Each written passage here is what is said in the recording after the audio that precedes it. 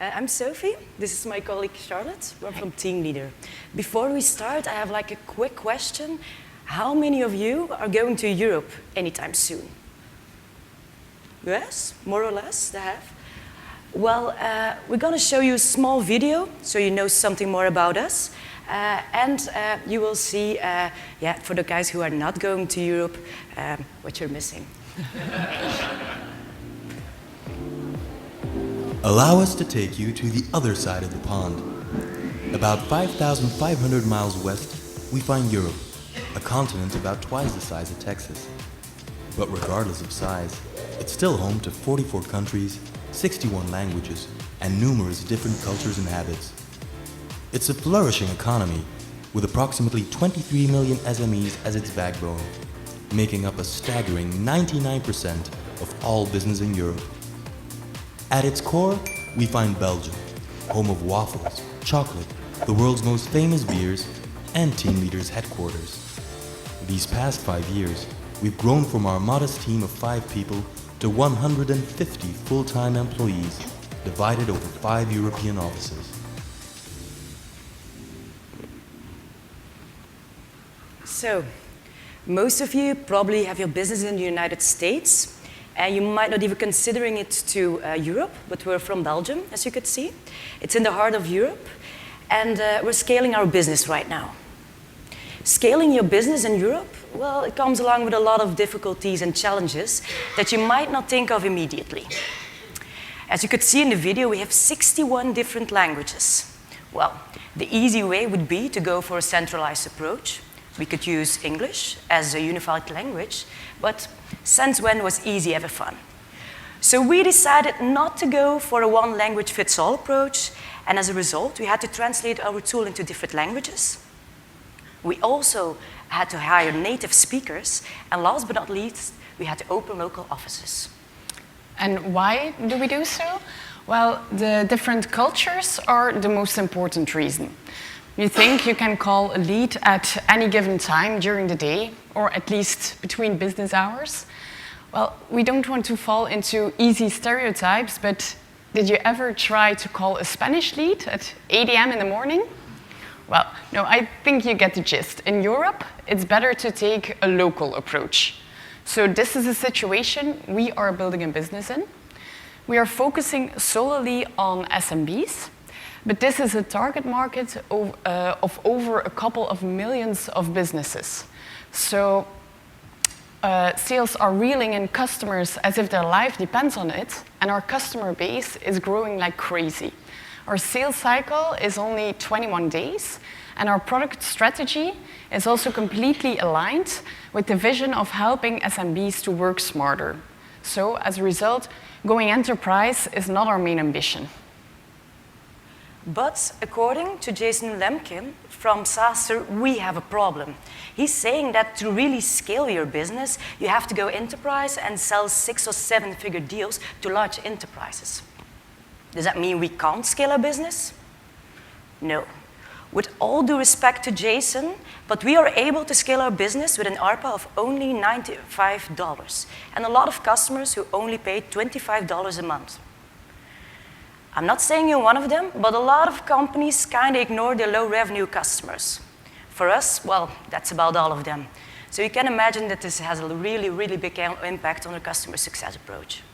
So that's why we've gathered a few findings about our customer success approach that really enable us to scale our business in a scattered landscape, but without having to raise prices.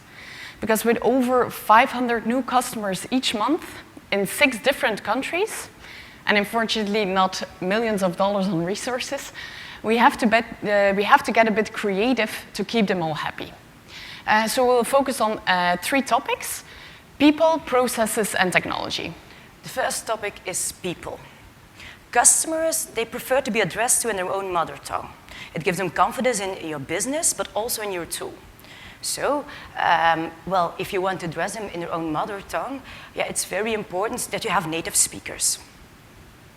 So every time we penetrate a new country or we open a new market, we open a local office. We hire native speakers for marketing, for sales, and also for customer success.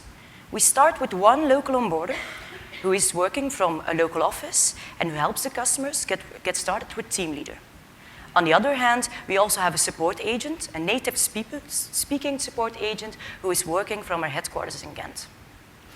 Further to be scalable, we also moved a bit away from the more commonly used account management model, and we divided our customer journey into different stages.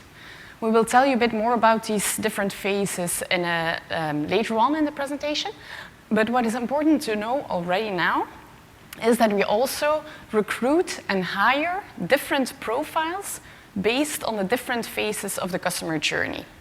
So for example, for onboarders, we really expect more process-oriented, structured and efficient people who are able to think along with the customer and come together to a more balanced, efficient solution. For retention agents, on the other hand, we expect a more salesy profile, as they have to be able to identify if the customer is using our tool at the moment in the right way, but also have to be able to identify upselling possibilities.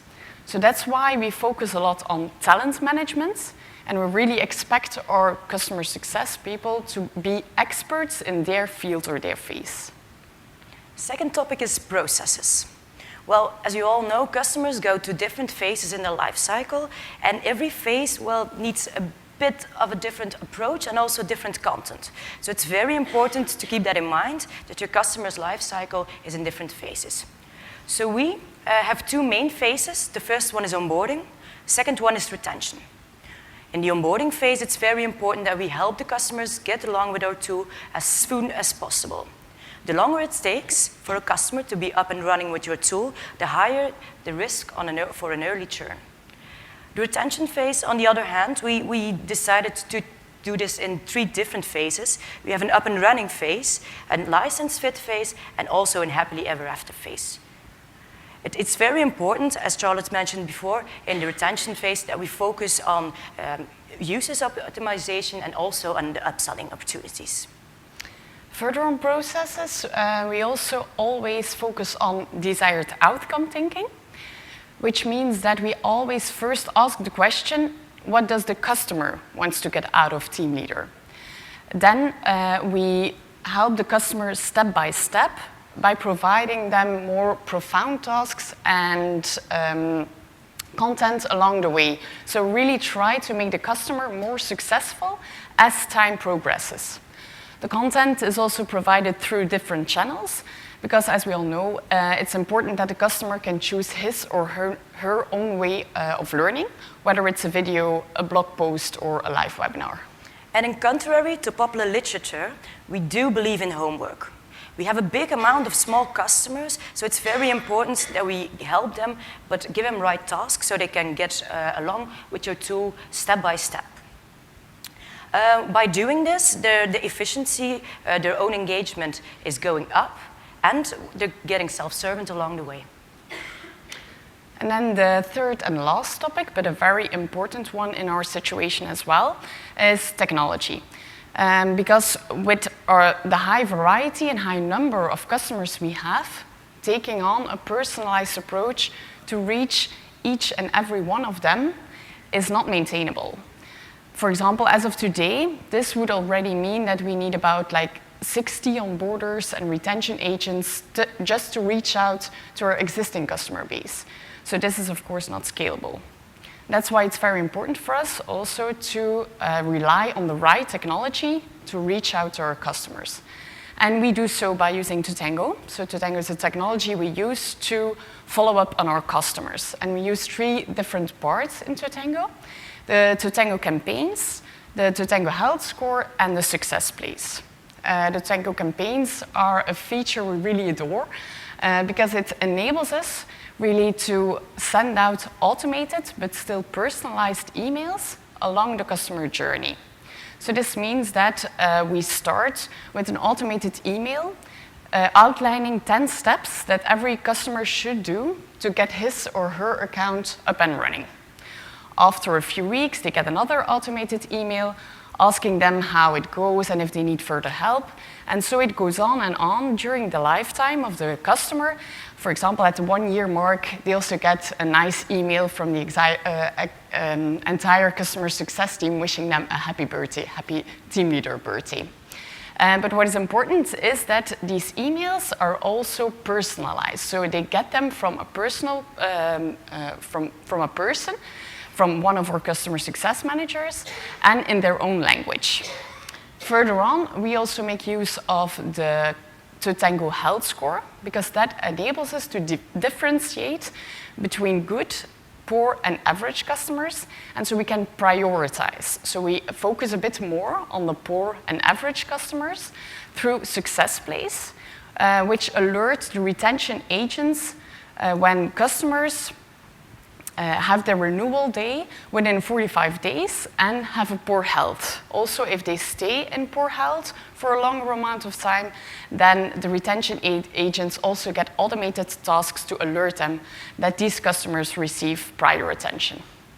So, in a short, if we taught you anything today, we hope is this. People in Europe are a bit chauvinistic, so if you want to go to Europe, well, try to address them in their own mother tongue. Secondly, talent management is also very important to make sure that you have the right people in the right phase and also in the right phase of your customers and their customer journey.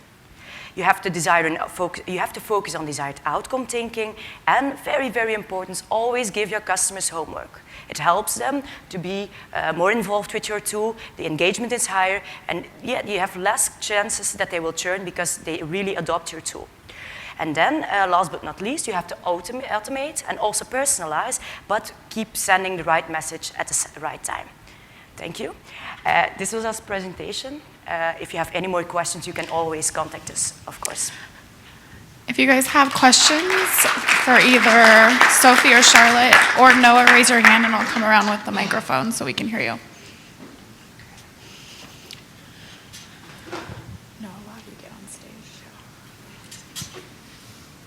Does anyone have any questions?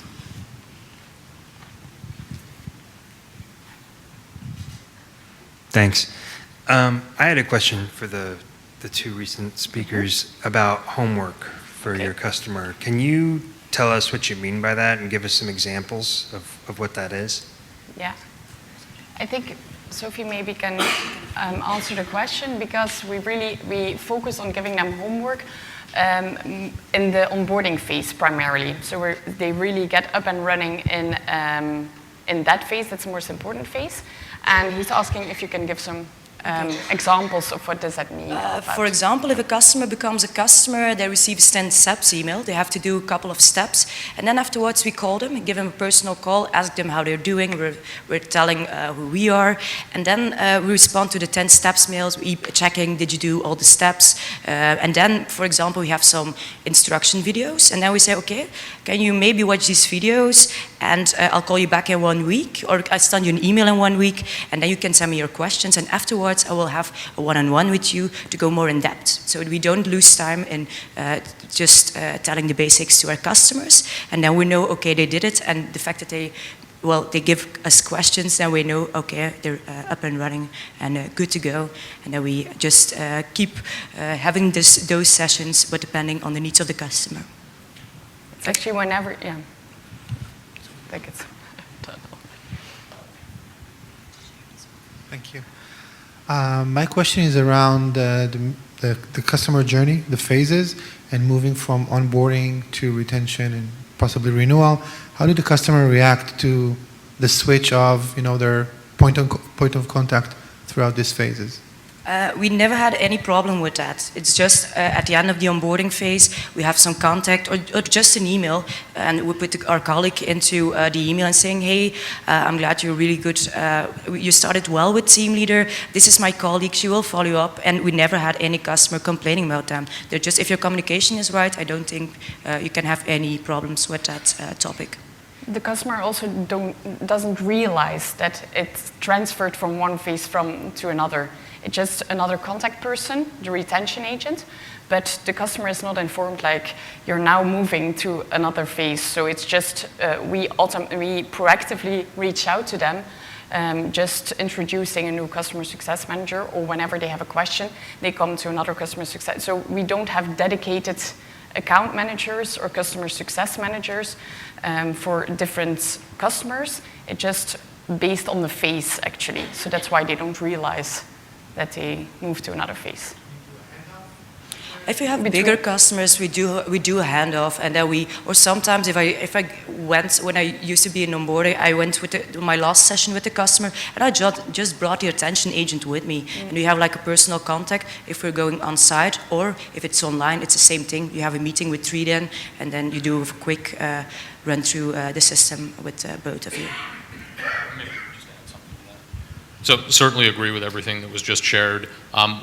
And our team, to be clear, is not scaled yet to be doing this across the country. But for example, like what Kevin's doing in Michigan, strategic account, high ARR, high touch account.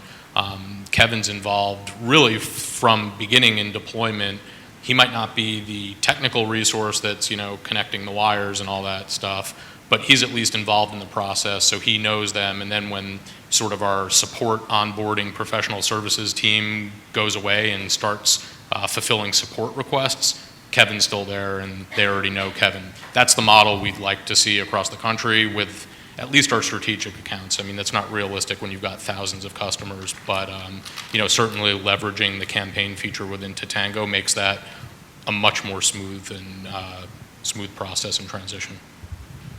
Are there any other questions? You want to shout? Okay.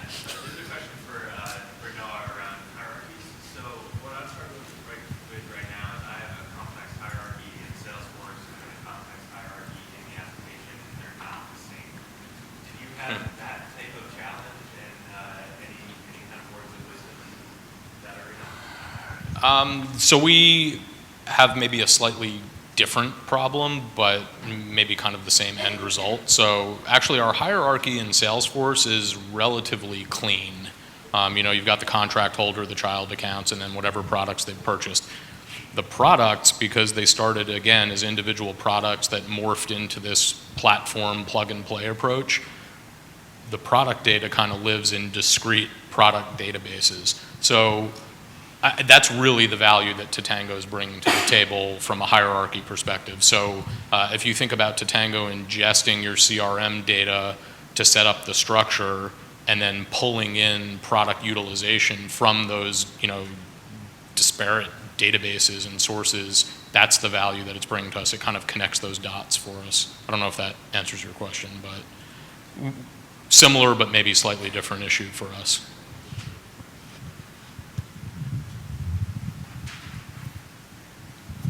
Noah, the strategic accounts at like the state level that are buying the platform but not really deploying it, can you give any more insight on how to measure their health? Because it's a unique situation where they don't really have usage, right, themselves? So in many cases that is correct. So with a couple of caveats. I mean, the state of Michigan does have a couple of 911 centers that are run by Michigan State Police, but largely the users where we want to see health is at a much lower level. It's at a city, county, or even town level. And frankly, it's a work in progress. So we're trying to figure out how to aggregate that health so that there's a blended score up at the top level that makes sense to us. So they haven't deployed yet, but when City of Detroit deploys, it's probably a lot more important for them to be getting value out of it than a city or a municipality with 15,000 residents. So those are the types of things that I hope I'll be able to wait through Totango. Today it's not possible, but I'm trying to get it on the roadmap. Other than that, it's through your engagement with the customer, right? And it's, keeping your finger on the pulse of the organization and the administrator, the contract owner. But I mean, it's not going to be 75% of the accounts are in green and that equals health. It's probably a lower number and the state still gets value out of what they're purchasing from us. This is for the team leader team here. One thing you mentioned is as you're getting close to renewal time that you spend most of your time focusing on those customers that are not adopting. Do you have individuals who are focused on those who are at 80% or higher as a potential for upsell, or does your product not really have as much of an upsell quotient into it? No, we have an upsell, a lot of upsell opportunities, and we have someone who is dedicated in looking upsell opportunities and looking for ways where we can have upsell opportunities like that. We also have an in-app option to upsell, which stimulates the customer to maybe add some more modules. And also by doing, like for example, if we know there's an upsell opportunity, we also will target them with campaigns, or we will also, for example, call them and try to find out where the problems is, so we can translate that in an upsell of one of more modules. So. Anyone, any more questions? Okay, I think that's it. Let's give a round of applause to our speakers today.